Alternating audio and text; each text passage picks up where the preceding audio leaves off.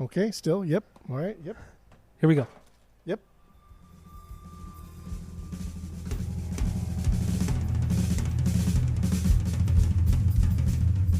Welcome back to Asinine Radio, a weekly podcast where we talk about music, and, well, that's pretty much it. So, let's go!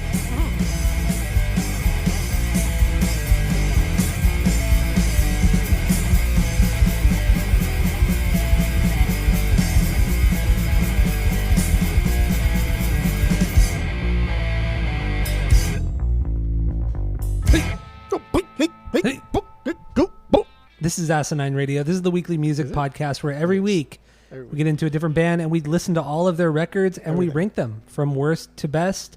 And we try to give our biggest banger from each of them. Before we do that, though, we get into our 6 degrees of Tom DeLonge. That's where we connect the band of the week to our boy Tom DeLonge. So that's always fun. While you're listening, though, go to Apple Podcasts, Spotify, give us 5 stars and 5 stars only. All the social media is at Asinine Radio. And if you didn't know already, my name is Tyler. And way out there, hundreds of miles away, is Jeff. So get into that. Hope you have fun. So let's get into the 6 degrees of Tom DeLonge. What do you got? Go. We do. Why would you do a 6 degrees of Tom DeLonge? Brooks Wackman played fucking drums for Tom DeLonge. I don't understand why. I know. That's all. That's the only one I had too. So I just wanted to throw it out there. So then, yes, let's then jump right into the album ranking. Well, so we're doing Avenged. What? I guess if people didn't know, Brooks he literally played drums on Tom's demos, Odds and Ends record. That is correct. So he did. He also played with Blink live several times over the years, covering for Travis. He's just been in the scene, dude. He has been in the scene, dude. Played with the Vandals, who Josh Freese played with as well. Josh Freese has played with Blink. You know, the list goes on and on. On and on. On and on. On and on. Reckless abandon. Something's okay. Wrong. You ready to get into the album rankings? Yeah. Okay, so we're doing Avenged Sevenfold. They have 8 records out. So like I said, we're going to rank them from worst to best and then give our biggest banger from each of them. So what do you got at number 8, Jeff? Go. Okay, here we go. Number 8, Avenged Sevenfolds. Their 4th album, 2007. This was stupid. This was a dumb record. Didn't like it. It was hard to even fucking get through. I think this was even a more bland City of Evil, which I don't have high regard for City of Evil. This was kind of bad. But I will say the rev on this one was top notch. I think this is his best album. He's absolutely wild, but he's also super creative when it comes to like transitions, beats. He's the only reason why I even finished this turd. But damn, this was stupid. This was stupid. All right, my number 8 is Hail to the King. Their 6th album. This album sucks, man. This is bad. No banger. It just sounds like they're trying so hard to be Metallica's Black Album. And it's like that's their only inspiration is Metallica's Black Album. Maybe a little bit of Load, be a little bit mostly Black. And it's not good. It's significantly slower from everything that they had done up to this point. Some really bad, shitty ballad songs. This is also the first album with their drummer Aaron Eleje. I don't know how to pronounce his last name. Yeah, I don't know. Whatever. So this is the first and only album he did with the band.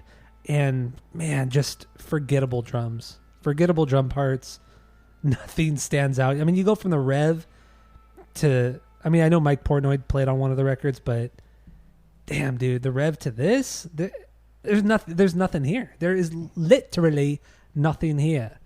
Yeah, Hail to the King is just a shit record. No banger at all. Like this one is like hard to get through. Hail to the King is hard to get through. So that's my number 8. What do you got for number 7? Go. Hail to the King. Again, I gotta sing it like Mr. Shadows does. Or I can say it like Duke Nukem does. Hail to the King, baby.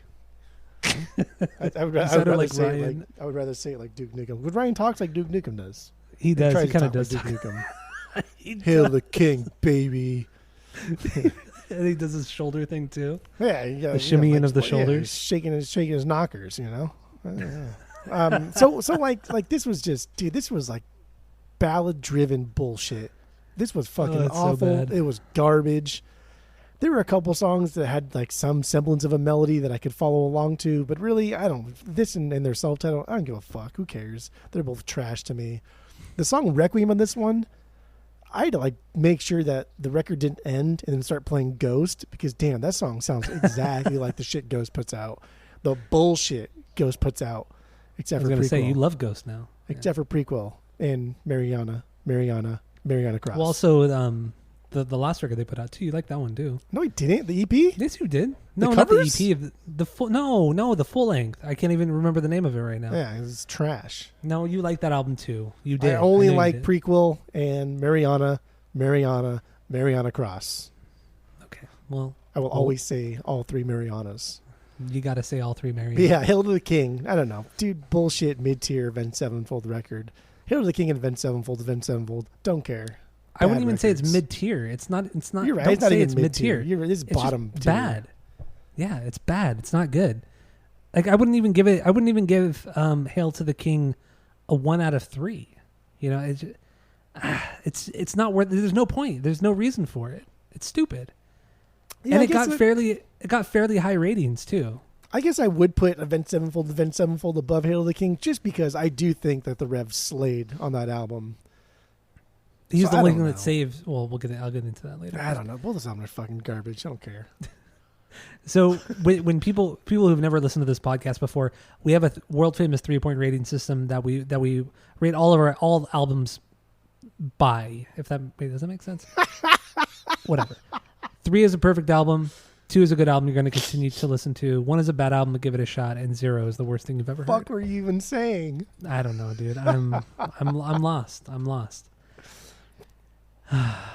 Okay, so your number 7 is Hail to the King, right? Mm-hmm. All right, my number 7 is Nightmare. Their 5th album from 2010. This is the first one without the Rev on drums, and the first and only with Mike Portnoy from Dream Theater. And honestly, I don't get it. I don't know what people like about Mike Portnoy or Dream Theater for that matter. I don't get it. Like, one of the things we said 2 different things there. One of the things you were wrong on, the other thing you were correct on. like Mike Portnoy is an amazing drummer. He really, really is an amazing drummer. But all the songs I've heard him play the drums on, I just don't care. I don't care. Like, he doesn't add anything to the song other than some cool grooves, some churching up some stuff, but I don't care about Mike Portnoy. I really don't. Okay. I don't get it. And I really don't get Dream Theater. That's fair. Dream Theater's fucking Boring ass prog metal. That's really what it is. Boring prog metal. Uninspired. Yes, there we go. Uninspired prog metal.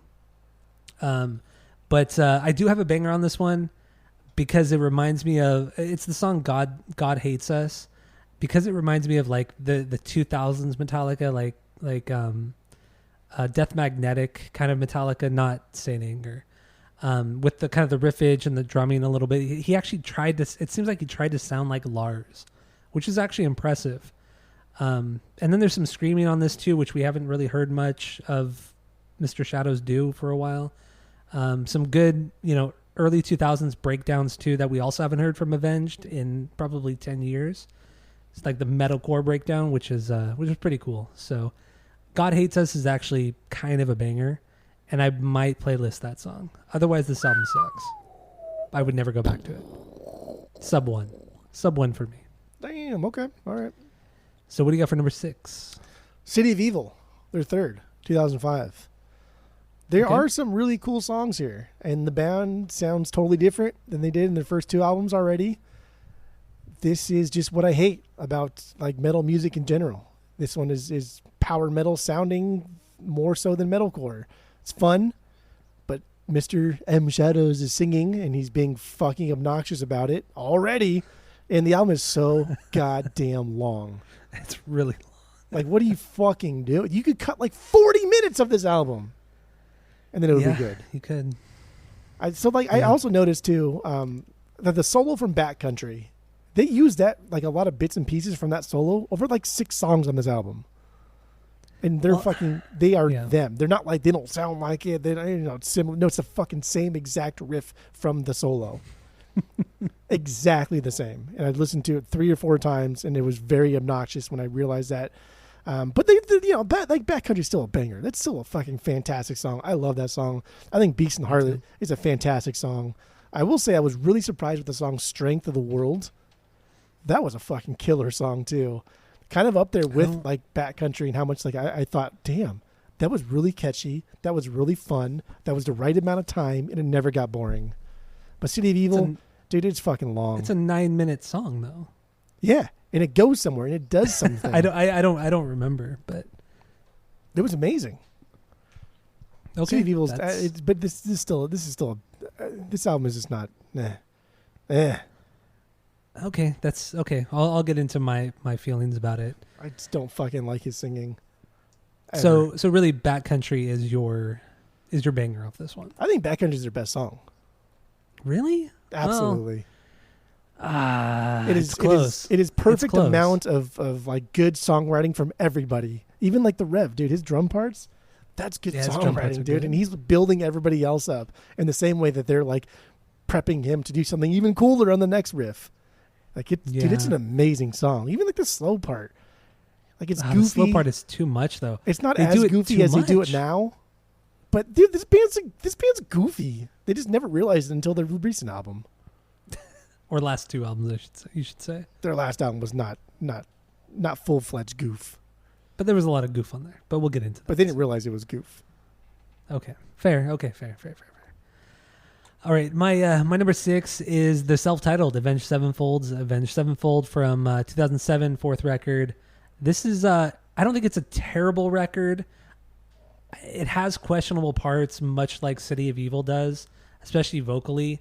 The album is a little bit slower and heavier than City of Evil, but there's still a lot of experimentation too, especially with like the song Little Piece of Heaven has that kind of like circus kind of feel to it, which they do a little bit on like the stage and the newest record as well. I appreciate the experimentation on this one. I agree with you with the Rev. He fucking rips it up on this record, and really those 2 things are the reason why it's as high as it is. I don't think it's a very good record. I would never get it. I have no banger off of this one. It's just, I appreciate what they were trying to do, even though they didn't really do a very good job of it. There's also a lot of auto-tune, like intentional auto-tune with Mr. Shadows and whatever. I don't mind it if it's like intentional. It's meant to be kind of over the top. That's fine. But yeah, I got nothing else on this. It's a dumb fucking record. It's stupid. Yeah, these are all stupid so far. Agreed. So what do you got for number 5? Nightmare. I enjoyed a lot because it came right after. Because it came right after Avenged Sevenfolds. And okay. I thought it was a good turnaround. It kicked off like fast and hard and aggressive and I will say, like, come on, dude. Like Mike Portnoy. So like what I read about this one is they were writing parts for Mike Portnoy rather than writing parts like with him. So like all of their music that they were doing for this album, they were writing with Mike Portnoy in mind. They're saying, how can we make our songs better so that way he can not sound like Travis Barker to our Enema of the State type of thing? Like, how can we be better so we don't sound like chumps compared to him? And that's why it's a little bit disconnected that way. But to think Mike Portnoy's not like, I don't know, like one of the greatest. The dude's fucking fantastic. He is great. Can't stand Dream Theater, but I do think Mike Portnoy, without even like going super in depth, one of the greatest. One of the greatest. I agree. Like I said, he's a great drummer, but the songs he plays on, the bands he plays with, I don't care. They're not good songs, not good bands. At least I don't know. It's just I think he's overrated. No, I think he's underrated because people only know him through like Dream Theater, and that's like Dream Theater's just fucking, again, uninspired and boring. And like this is like somebody, I don't know, this is like Derek Jeter going to like T-ball and playing with a bunch of little kids. That's what this album sounded like. It was like, okay, clearly You know, like even if you took like Yeah. all the vocals out, like even like compared to the Rev, you can hear a difference in drumming. Like, damn, this guy's like a lot fucking better than the Rev. He's a lot better than Brooks. He's a lot better than anybody that has ever played with Avenged. Brooks is not that great. Calm down. Sit down for a second. You're Sit wrong. down for a second. Okay, you're wrong. Dude, Mike Portnoy's fucking unreal. Like he's not just like a metal drummer. He's not just like a prog metal drummer. The guy like knows fucking music, and he incorporates a lot of like time signature changes and a lot of things that drummers wish they could possibly do, and he does it on a dime. And damn, he tries to do it here, and Avenged just can't keep up. But it doesn't make for a good song. Who cares? Because he's not writing the song. He's writing the drum parts. He's not writing the song. What are you fucking talking about? You he's can not go to any YouTube drummer singing. and find somebody amazing that fucking shreds it. But who gives a fuck? If they're he's not a part of a good song, writing the songs. It it's doesn't the matter. band Okay. that sucks, not him. And that's it's fine. the band that sucks. Okay, and that's my whole point. I don't care because he So then can't, don't say Mike Portnoy's overrated. Say that Mike Portnoy has not found a band that can keep up with his greatness. Which makes him overrated. What are you talking about? He still slays this album. He still plays the drums fucking fantastic in this album. Yeah, he's good. No, he is good. He's he fine. Is very oh good. my fucking! What do you mean he's fine? He's I not just said fucking he's very fine.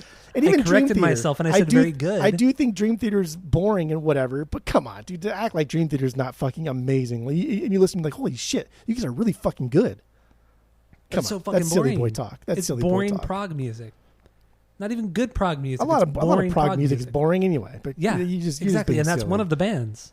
Dream Theater is one of those boring prog bands. You have this fucking weird hard on for Brooks, and Brooks is I don't know why. I don't not know even why like you have this hard on for Mike Portnoy. I don't get this because he's better than You've Brooks never, for sure. Oh God, he's a real musician. Brooks is just a punker that now plays kind of like metal music. Technically speaking, Mike Portnoy is the best drummer out of the three or four, I should say. But we'll get into it on the main episode. I don't want to talk about too much about Brooks right now. I'll rank all the four. I'll rank the four drummers. I'll do it. I will too. It's easy, but we'll do it later. So 5 is Nightmare, which is a fucking nightmare. I will say I like the song Fiction though. Okay. Because Fiction was a slower jam, but it had the M Shadows and the Rev. It was the final song that the Rev wrote before he died, and it was goofy and slow and dumb. But it kind of like after doing the whole like Avenged thing this week, it hit a little bit hard, and I was like, kind of man, this like the sentimental value for this song was through the roof. That was cool. Yeah, I'd agree with you on that. It just meant something more because of like he died, and that was fun. Didn't playlist it. I would say but I it's enjoyed fun, but something everybody to dies, note. bro. Everybody dies. Everybody dies. No, you're right. Everybody dies. You're right about that. All right, my number 5 is City of Evil, their third album from 2005. I think this album is extremely top heavy. After the first 5-6 songs, man, it drops significantly. Gets way. I mean, there's a lot of ballad stuff prior to this, but it's forgettable. Honestly, it's forgettable. But then also the second and third song? It's Burn It Down and Blinded in Chains. Dude, it's the same song. Yeah. Like it literally like 10 minutes the intro same fucking thing. The intro is almost identical to one another. Unless you were really paying attention, you wouldn't know which song is which. Until it probably got to the chorus. They reused a lot of shit on this fucking song or this album. Yeah, no, you're right. I do agree with you on that. But even still, the first, like I said, the first 5 songs are they're pretty solid, with some questionable moments, but pretty solid. Beast and the Harlot is my banger on this one. I've always liked that one. I love the harmonizing of the guitars. Of course, Backcountry is awesome. The opening where the only time he screams on the record, and then just the drop into the solo. I love the guitar solo in this. It's so the way good. It does, and the way he bends those strings is just, it's perfect. It's fucking perfect. And I agree with you too. The Rev, the way he sets up this song where he's going fucking crazy, and then he just drives the song for a few bars, and then just drops into something fucking crazy, and then drives the song again. He was a great songwriter. He definitely was a great songwriter, and that is a perfect example of it. But still, Beast and the Harlot is my favorite song on the record. Absolute stinker though, Seize the Day. To this day, I couldn't even get through this one. I got maybe a minute and a half, and I was like, I just can't do this. It's not worth it. It's not worth my time. So I had to skip it. It's such a bad song, and it was a single. It was a bad ballad single. So, yeah, my number 5. Oh, something about this record too that I thought was kind of crazy. So they played Ozfest in 2006, which you and I went to Ozfest in 2006. I don't remember seeing them. Do you? I don't remember seeing them either. And we would have loved watching them. Because I've never seen this band. I've never seen Avenged Sevenfold ever. And I know you've seen them like maybe 2 or 3 times. I've seen them like 7 times. But yeah, I don't remember watching them in 2006. But anyway. You know what's funny is I've seen them 7 times, and each time I fucking did not want to be there. But I enjoyed watching Backcountry. The only song. You're there for over an hour, and that was the only song you enjoyed. Yeah. But also that year in 2006, they won the MTV Best New Artist at the Video Music Awards, and they beat out Rihanna, Chris Brown, Panic at the Disco, Angels and Airwaves, and James Blunt. Like, I get beating out Angels and Airwaves, but James Blunt was fucking huge. Panic at the Disco had blown up.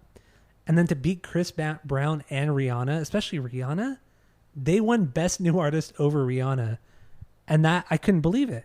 That's insane. Well, couldn't believe it because they're not a new artist. That's too. stupid, Okay, that's okay, fair. But I think these award shows base it off of major label release, not. It's like AFI. AFI won like Best New Artist Award for Sing the Sorrow, but that was like their 6th album. No, because that was the first new artist too, and they'd been around for almost a decade. There you go. That's true too.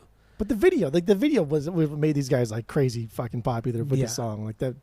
It's come on. Yeah, you're right. Come on. See, I just wanted to throw that one out there because they beat Rihanna, who's one of the biggest pop stars of all time. She's up there, at least top 15, I'd say. Well, like, I don't know. Again, I really do attribute like the success of, honestly, like this group even to that video for Backcountry. This was like the resurgence of 80s glam aesthetic, but not the horribleness of the music. This was hard rock for people that don't like listen to hard rock kind of, and there was a lot of like comparisons to what's that fucking movie, Fear and Loathing. There's a lot of Fear and Loathing in there. So the video was really good. It was cool, and I get it. I'm happy that they won Best New Artist, even though they weren't a new artist. Very true. So whatever. I don't know, Jerry. Whatever. Okay. All right. So City of Evil is my number 5. What do you got for number 4?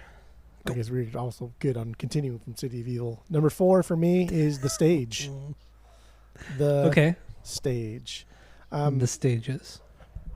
I will say that the addition of Brooks brought back kind of like the punk to Avenged Sevenfold. Brooks plays metal music like a punker, and it's great. I love it. It's diverse. It adds a lot of depth to the songs. I think this album is fun. The songs are heavy and sort of complex, but they never get too serious, and they never embrace the goofiness of it. And Avenged Sevenfold are goofy to a fault. It does get serious, but it balances well with a little bit of goofiness here and there. But I don't think they embrace the goofiness. It's also incredibly fucking long too, even longer than like normal long Avenged Sevenfold albums. It's pretty long. It's just, and then you throw dude, the deluxe version. It's fucking silly. What? It's fucking silly, and it's not even. I don't know, like the newest album that we'll get, our album of the week. Like that's a long album too, but it never feels long. It almost feels like. It almost feels short in a way. It does. It's not long enough. Yeah, like I want more. I don't know. The opener for this one was great. It drops in, really ignites Avenged as a different sort of metal band, right? It's like the second stage of Avenged, where I think like the Mike era and that other drummer, which I forgot his name, Aaron. Those, but it's not Aaron like Aaron, boring. No, Aaron. It's like Arin. Yeah, I kind of maybe Irene. Is it Irene? I'm just gonna say Aaron. Because Aaron's such a boring name. Yeah. Aaron or Hank or Jeff. They're just fucking boring names. I don't know. This is a cool like reigniting of the band into a second stage, and I like it. I think this is the best stage of them because it'll give us the album of the week, whatever. But yeah, the stage. I still wouldn't buy this on the vinyls. I still would never go back to this. We're probably at like I'd probably do like a 1.2 on this one. Oh, okay. Yeah. Okay. That's stupid. That's not stupid at all. That's honestly, that's fucking being. I'm in a good mood, so I'm being a little over ambitious in my gradings. My gradings. Okay, so my number 4 is Sounding the Seventh Trumpet. Oh, for their first album from 2003. I really thought I liked this album more. I really did. It's solid metalcore with a lot of thrash thrown in there. No ripping solos yet because your boy Sinister Gates has not joined the band yet. With 2 Ys? The names, man, which we'll get into later. God, I love the Ys. The Ys are my favorite part. Oh my god, it's so stupid. This is just a good, fun, fast, aggressive record. Ton of screaming, a little bit of singing, but it's pretty one-dimensional, and that's fine. It really is fine. But I honestly don't have anything bad to say about Sounding the Seventh Trumpet. I like kind of the rawness of it. I also do enjoy that a lot of people gave this like a 1 out of 5. Like people, like some critics just panned this record. I'm like, dude, you have no idea what the fuck you're talking about. This is like a solid metalcore record from a band's first record that took a week to record and only $2,000 to make, and the Rev recorded all of his drum parts in one take. He did the whole fucking record in one take. That's impressive. What the fuck? So I don't know. Sounding. Yeah, no, I get it. There's not a lot of creativity in this record from the Rev, but it's still solid. Record anything in one take, it's always solid. Yeah, for sure. Go ahead. It's impressive. And my banger is Darkness Surrounding. It's kind of one of the more standout songs. And I would get this on vinyl. Everything from here on out, I would get on vinyl, but wow, it would have to be pretty cheap. Pretty cheap for me to get this one and the next 2. So are you on? Oh, because you already have one of them. I already have one of them. So. Okay, gotcha. So that's my number 4, Sounding the Seventh Trumpet. And what do you got for number 3? Sounding the Seventh Trumpet, dude. Okay, dude. Well, what elevated this record a little bit higher for me than a lot of contemporary metalcore from this era was this band's ability to go in and out of various genres. And I like here, you can hear punk. You can hear these guys play kind of like OC hardcore and then go into punk and then thrash and then get a little bit, faster and chuggier. So they're kind of capturing like everybody. They have the punker crowd here. They kind of have like the speed metal heads that are just judging these guys. You guys aren't as good as Dream Theater. And so they kind of get everybody. And Shadows doesn't sing all that much. And when he does, it's kind of annoying, but it's kind of like them growls, right? And I like the growls. I do. They're stupid. Yeah, they are. They're fucking stupid. And I like them and I dig them. They're endearing, I guess is the best word. They're endearing. They're a time and place, and this is their first album, dude. 2001, right? So this is 3. Oh no, you're right. 2001. Yeah, 2001. Right. Waiting in the Fall. Yeah. Forgotten Faces. That's my favorite song. I thought this was just all around great song. It goes from slow to fast and back and forth. Shadow sings very little on it, but like when he does, it goes with the song, and the Rev slays. There are a lot of drum parts here that are just incredibly tight, but also silly. Like you can tell that he's just having fun and playing around before he gets really, really good. So that was your number. Sounding the Seventh Trumpet was your number 3. That was my number 3. My 3 is Waking the Fallen, second album. And, this is where they refined. I feel like they refined everything that they did on trumpet. They still kept up with the thrash stuff. They dropped into some heavier stuff like Pantera almost sounding during some of the heavy parts. Yeah, there's a little bit more melodically, like vocally, which sucks because he's not a good singer, never has been. But it's okay. The music makes up for it. The Rev makes up for it. Overall, the songwriting's a little bit stronger on here. For a long time too, I've really liked the Seventh Trumpet more than Waking the Fallen, but I don't know. Something about this week just made me appreciate Waking the Fallen more. And it's a more cohesive record. I think having your boy Sinister in the band really helped too with the leads, more solos, more ripping solos, which help a lot. Even though they're over the top, it does help. My banger, Eternal Rest. I mean, it starts off just ripping with that kind of just wailing guitar, and then it just immediately slows down to the heavy chugging kind of guitar. It's a solid fucking song that takes you places. So yeah, banger is Eternal Rest, and my number 3 is Waking the Fallen. So what do you got for number 2? Number 2, Waking the Fallen for me. Right. I don't have like a lot of history with these albums, so I don't.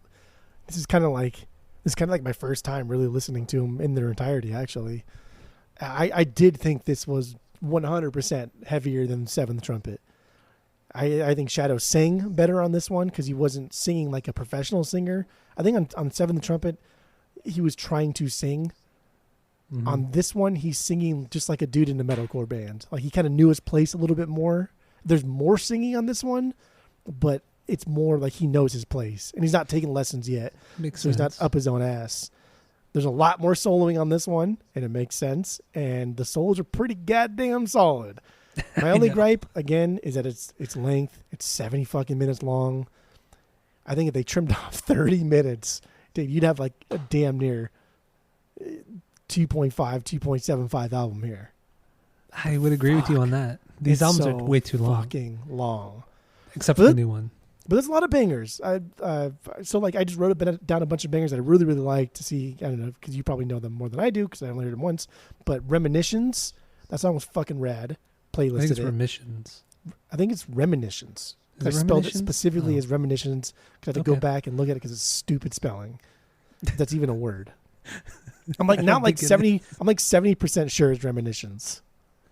Okay, that's fine. I'm not super familiar with this record, by the way. Okay. Second Heartbeat. I wrote that one down as also a banger. I playlisted that one, and then Radiant Eclipse. That was my biggest banger because I loved how this one dropped into like the heavier, chuggier parts.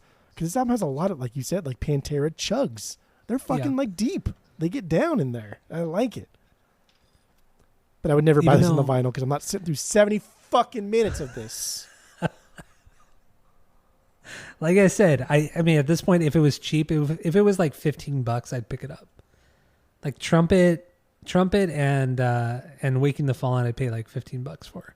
It is Reminiscence, by the way. I just is it Reminiscence? Right okay. This is an album that, like, if it was cheap at Nichols, like $10 or something, I'd buy it, knowing that I'll listen to it a couple times and then purge it eventually. But I would be happy borrowing it for like 10 minutes. You know, I'm blasting it on my speakers, obnoxiously loud, and enjoying it. Like I'll get 10 good dollars out of this. It's just so funny how we listen to music nowadays and how we view music since we started collecting. Honestly, how much we spend on music that we don't have to. That's true too. But it's good to support the bands, to support local business. I mean, supporting local business more than the band because it's used. Well, there's that. Well, for you, yeah. I tend to buy more new than you do. You love buying new. Well, because I want to support Amazon, the band, and I like Target, a lot. I also like a lot more new music than you do because you're stuck in the past. Oh, I don't know. Hold on there, dude. Well, that's true, dude. Well, that's just because all of your old bands that you listen to are finally getting represses, and that's why you're buying new. So, that's not true, dude. Hold on there, dude. That's not true, dude. Well, all right. My number 2 is The Stage, 7th record from 2016. First one to feature Brooks Wackerman on drums. Oh my God. Dude, I don't know what your issue is with Brooks. He is an incredible drummer. I would say he's a great studio musician. I think he's a tighter drummer than Josh Freese. And I love Josh Freese. One of my favorite drummers ever. But he's a tighter drummer than Josh. And I feel like that's why he fits this band. He has that tightness that the Rev did. He doesn't have... I'd say he has about the same amount of chops as the Rev. It's just... Their songwriting styles are different. The Rev is more... I felt like he was more of a straightforward songwriter. Didn't want to experiment too much. But the moment you get to this album, The Stage, like it's prog metal. Like a That's lot of this, fucking there's a lot of prog nuts. metal. A lot of it's it's a complete prog metal. opposite for me. I honestly think I don't- it's the I don't complete know. opposite. I think Brooks does not experiment whatsoever. He's I like disagree. he is like Josh Freese. He sticks to like the same old template. And I there's songs disagree. on here. No. We'll get into it at the other in the main episode. But like the most proggiest of songs, he's the worst. He's the weakest member of the most proggiest songs on the album because he doesn't want to experiment. No, damn, dude, I don't agree with you at all on that. He's I think not he has great, some. dude. He has some. He's good. I don't. He's good. He has some. He has better parts on the new record, but on the stage, there's some great stuff on here. Some great footwork, shit that the Rev was. He had a really good double pedal thing going on, but it was more one dimensional. There's a lot like weirder little things that Brooks does with his feet than the Rev did. I think the way Brooks plays, he's a much more open sounding drummer than the Rev was. Like he lets the other guys breathe, and it's not just like this wall of sound, which I understand isn't all the Rev, but Brooks's It's because he's not input in a into band. the music. But He is in the band. He's an he doesn't official have member a of the band to call a band home the way the Rev did, and it's not entirely fair because the Rev died It's not super fair. early, so it's tough to like compare the two. But honestly, Brooks doesn't have a band to call home. He just doesn't. That's fine. Who cares? That's fine. And that's why I don't think that we've heard the best of Brooks. I think he's done some. He did some really cool stuff on the new record. But he's always joining bands that have already done great things. But the one consistent band he was in for like 15, almost 20 years was Bad Religion. And that was their worst era. Okay, the but worst I'm just fucking saying band. he has been consistent, much like Josh Freese has. Consistent with the Vandals and Devo, but then he did a lot of side stuff with Offspring, Sublime, so on and so forth.